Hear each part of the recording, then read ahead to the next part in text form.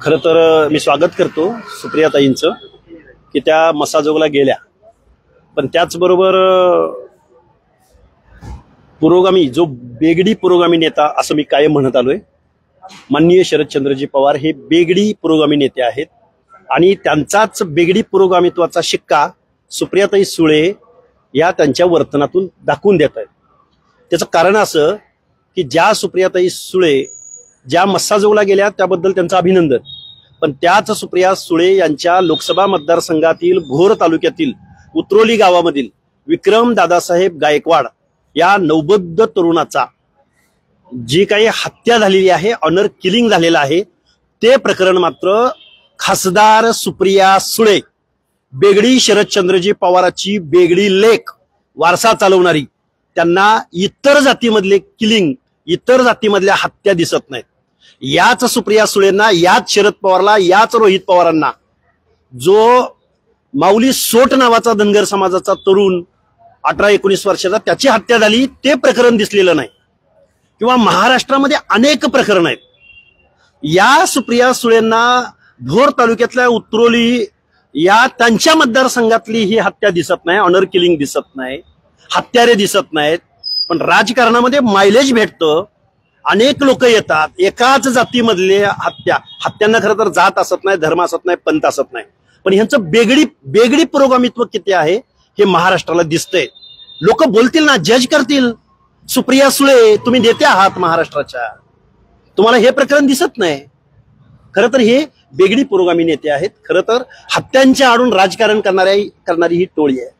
आजपर्यंत त्यांनी कारखानदारीच्या जोरावर, सरंजामदारीच्या जोरावर, घराणेशाहीच्या जोरावर राजकारण केलं, पण आता दुःखद प्रसंगावरती राजकारण करतायत आणि त्यांचा असली चेहरा दिसून येतो। तुम्ही आता म्हटलं की पवार घराण्याचं राजकारण सगळं सुरू आहे, मात्र दुसरीकडे रोहित पवारांनी आरोप केलाय की फडणवीसांना बीड जिल्ह्यात स्पेस मिळत नव्हती, त्यांचे दरवाजे बंद होते म्हणून धसांचा वापर केला आणि धसांमुळे त्यांना बीड जिल्ह्याचे दरवाजे ओपन झाले, त्यांनी निवडणुकीत सुद्धा सभा घेतल्या नाही फडणवीसांनी। खरं तर काय आहे, रोहित पवार 1500 मतांनी निवडून आले, त्यांची स्पेस संपून गेलेली आहे, कसे बसे निवडून आलेले।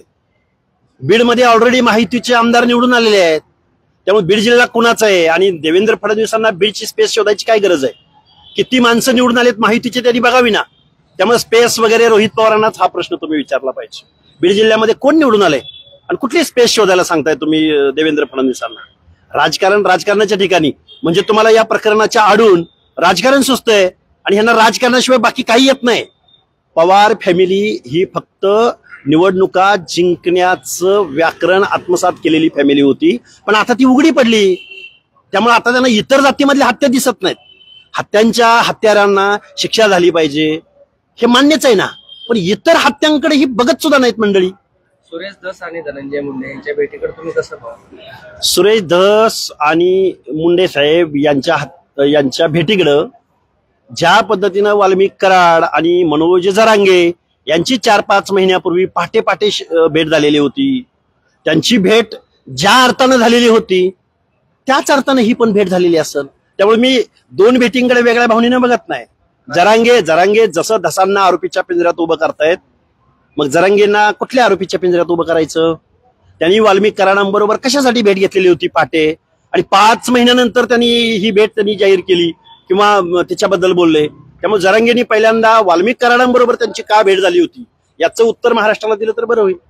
आणि दुसरीकडे रोहित पवार असं म्हणतायत की जरांगेंची स्पेस कमी करण्यासाठी सुरेश धसांना मैदानात आणलं, मात्र दुसरीकडे धनंजय मुंडेंऐवजी पंकजा मुंडेंचं महत्व वाढत असताना पुन्हा एकदा धस आणि मुंडेंची भेट भाजपने घडून आणली। जरांगेंची स्पेस उरली असं रोहित पवारांना म्हणायचंय का? लोकसभेला जरांगेच्या नावा आडून तुम्ही काय काय उद्योग केले या महाराष्ट्रामध्ये, आणि तेच विधानसभेला सगळे ओपन झाले महाराष्ट्रासमोर, त्यामुळे रोहित पवार जरांगे वगैरे त्यांच्या आडून तुम्ही जाऊ नका। पवारांची स्पेस कमी झाली, रोहित पवार, अरे तुम्हाला 1500 मतांना निवडून यावं लागलं, तिकडं उत्तमराव जानकर आणि तिकडं नारायण पाटील किंवा तिकडं दिलीप सोपल ही माणसं 10-15 हजार मतांना निवडून येतात आणि तुम्हाला 1500 मतांना निवडून यावं लागतं। अरे तुमची स्पेस कमी झाली हे बघा कुठंतरी, कशाला दुसऱ्यांच्या भाकऱ्या बाजायला जात आहे? रोहित पवार स्पेस उरली काय? कान कापून तुमचा विजय साजरा केलाय तुमच्या कार्यकर्त्यांनी, त्यामुळे उगाच कोणाची स्पेस वगैरे काढू नका, काम उभं करा। राजकीय सामाजिक आंदोलनं उभी करा. शेतकरी अडचणीत आहे. आता उन्हाळा आहे समोर येतोय, अनेक प्रश्न आहेत शेतकऱ्यांचे. अरे एक रॉयल काम उभं करा ना रोहित पवार. हत्येच्या आडून, दुःखद प्रसंगाच्या आडून काय राजकारण करताय? आणि स्पेस स्पेस स्पेस कुठल्या जरांगीची स्पेस आणि कुठं उरली होती स्पेस? म्हणे भाजपला मुळासकट संपवायला निघाले होते हे जरांगे. काय झालं विधानसभेमध्ये? त्यामुळे स्पेस जरांगेची संपलेली नाही. जरांगे असताना शून्य माणूस होता.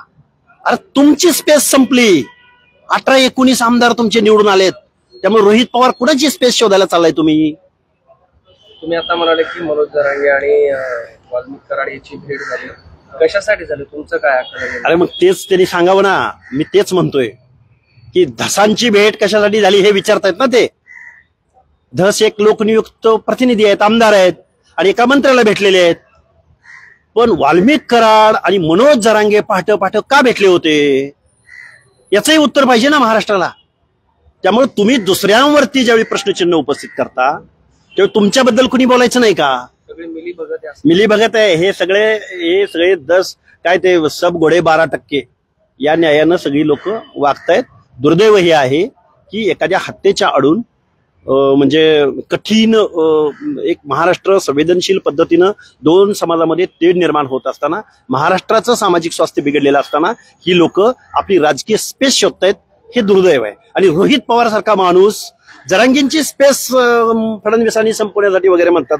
अरे या रोहित पवारची स्पेस कुठं उरली? त्याचं पहिल्यांदा त्यांनी स्वॉट अनालिसिस करावं या रोहित पवारांनी.